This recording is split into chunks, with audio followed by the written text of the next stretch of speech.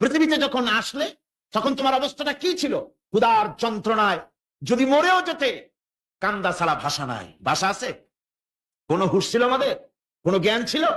আল্লাহ রাব্বুল আলামিন বলেন, আল্লাহু আখরাজাকুম মিন বুতুনি উম্মাহাতিকুম লা তা'লামুনা শাইআ।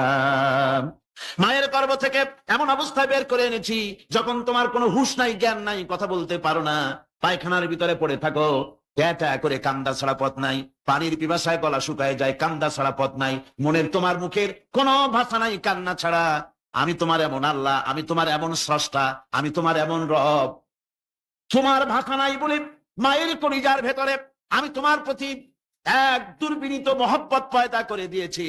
তোমার কান্না তোমার মায়ের বুকের মধ্যে শেল বিঁধে যায়। তুমি যখন কাঁদো, কান্নার আওয়াজ যখন মায়ের কানে চলে যায়, হাজারো কাজ ফেলে মা দৌড়াইয়া বাচ্চারে করে না। কি খাবে কেউ তৈরি করে না। আল্লাহ রাব্বুল আলামিন বলে, বান্দারে দুনিয়ায় আসার আগে তুমি কি খাবে, খাবারের বন্দোবস্ত আমি আল্লাহ করেছি, আমি এমন স্রষ্টা। তুমি দুনিয়া আসার 6 মাস আগে তোমার মায়ের বুকের ওপরে তোমার খাদ্য গরম করে আমি আল্লাহ রিজার্ভ করে রেখে দিয়েছি। সেই খাদ্য শুধু খাদ্য নয়, রোগের প্রতিষেধক, এটা ওষুধ। আজ বিজ্ঞানীরা, চিকিৎসা বিজ্ঞানীরা বলছেন মায়ের দুধ সন্তানের খাদ্যের, মায়ের দুধের চাইতে কোনো বিকল্প কিছুই নাই। সন্তান পৃথিবীতে এলে মায়ের প্রথম দুধটা, গ্রামে গঞ্জে অশিক্ষিত এলাকায় প্রথম দুধটা ফেলে দেয়। এটাকে মনে করে এটা খারাপ, এটা খাওয়াতে নাই, তাহলে ধনুষ্টঙ্কার হবে, হাবিজাবি কথা বলে।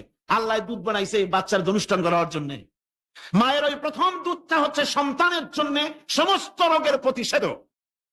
সে ছিল পেটের ভিতরে একটা কাভারের মধ্যে, ওখানে কোনো জার্ম ছিল না, কোনো রোগ জীবাণু ছিল না।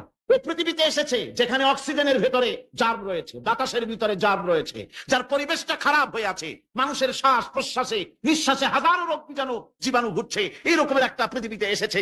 আসার পরে কচি স্বাস্থ্য, কচি শরীর, কচি হার্ট, কচি লাংস, সেটাকে প্রতিরোধ করবে কি করে? সেজন্য আল্লাহ পাক মায়ের দুধের ভিতরে সমস্ত রোগের প্রতিষেধক দিয়ে দিয়েছেন। সুবহানাল্লাহ। আজকের বিজ্ঞানীরা তা স্বীকার করেছেন। অনেক মা তার সন্তানকে দুধ দেন না, নিজের শরীর স্বাস্থ্য ভালো রাখার চিন্তা করে বাচ্চাকে দুধ খাওয়ান না। এটা অত্যন্ত নির্মম কাজ। বাচ্চাকে দুধ খাওয়ালে বাচ্চার সাথে মায়ের মহব্বত বাড়ে।